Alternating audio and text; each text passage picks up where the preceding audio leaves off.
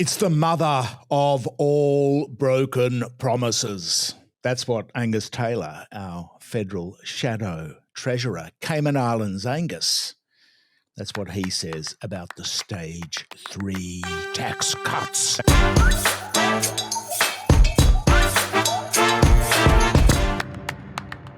We'll be hearing a lot about the Stage 3 tax cuts this week. Labor's filing into the party room now. They're going to discuss it in cabinet. They're going to work out whether to keep them, dump them or tweak them. There's only a few things really which need to be said about these tax cuts. They cost a mozza, $320 billion. They are highly unfair. They are inflationary, and economically they don't make sense. Why?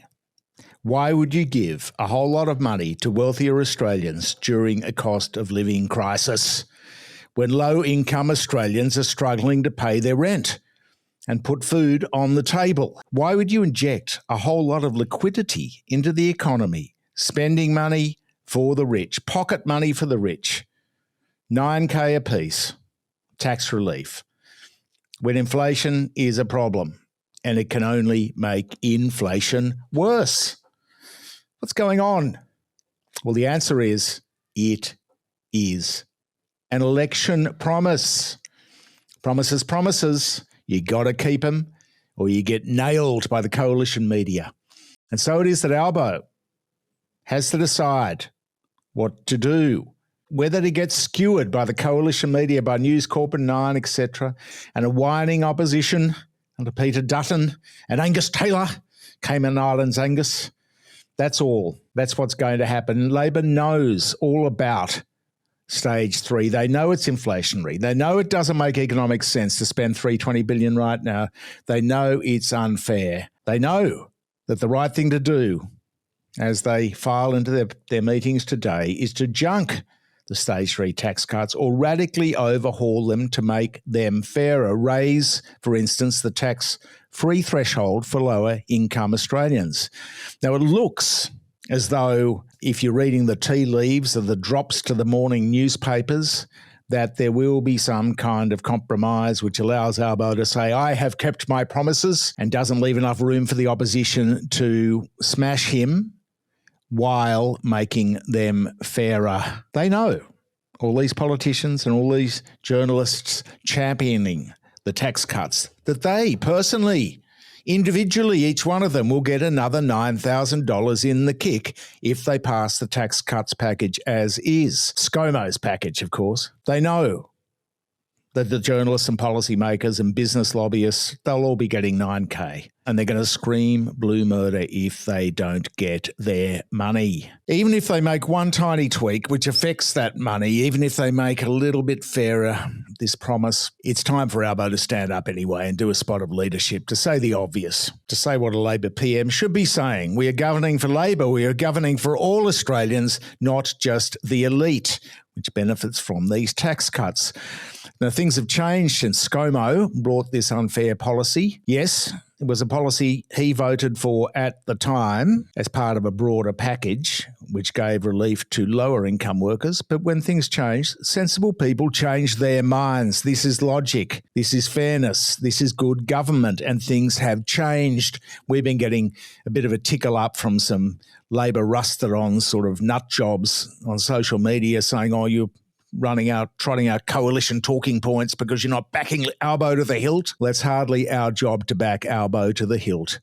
That's what happened with the last government. The media backed ScoMo, and look what happened. We got 9 years of nothingness. What is not known by many Australians in all this is that low-income earners have already been slugged with a tax hit in the dying days of the coalition, when they stealthily abandoned the LAMITO tax reset. That's the low and middle income tax offset. That's gone, and average workers are now $30 a week worse off in a cost of living crisis because that's gone. And now we have Stage 3 on top, a transfer effectively of wealth.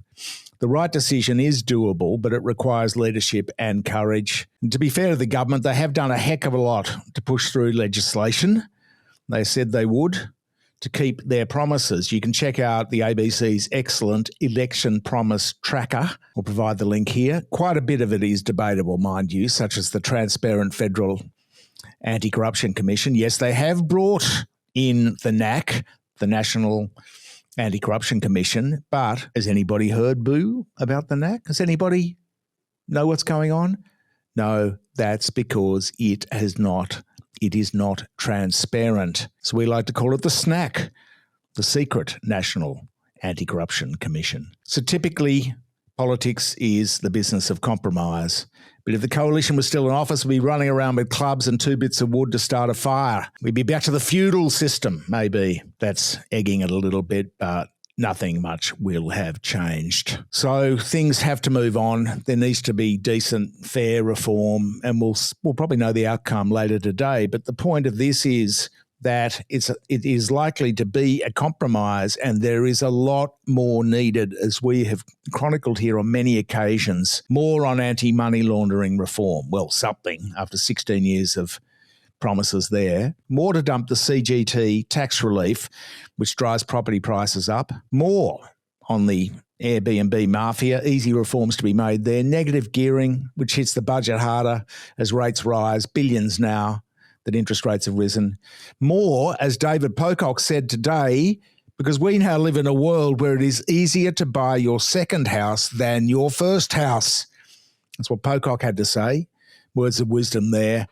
And it might be the bleeding obvious, but you only need one house to live in, and housing is a need. It's essential. So there's likely to be a compromise today. Labor is under pressure, not just from progressives on the left, but from common sense and from the nut jobs on the right and those who are self-interested and just want their tax cut, which is all the politicians. So he will be bombarded by the publicly subsidised mainstream media, Murdoch and Nine, etc. Such is life. But while we're at it, Australia stands to be a huge winner from the climate and energy finance race. New minerals, rare earths and so on, electrification. We've got a big piece, like a benchmark, landmark piece on it, published on the website today. There are enormous opportunities in this global race that is the energy transition, and huge rewards if the government gets it right. So we commend you to read that coverage by Tim Buckley and Blair Police. Check it out. Thank you very much for your support. Please like, share, comment in the section below. Throw us a few bucks on Patreon if you can afford it to keep the show going.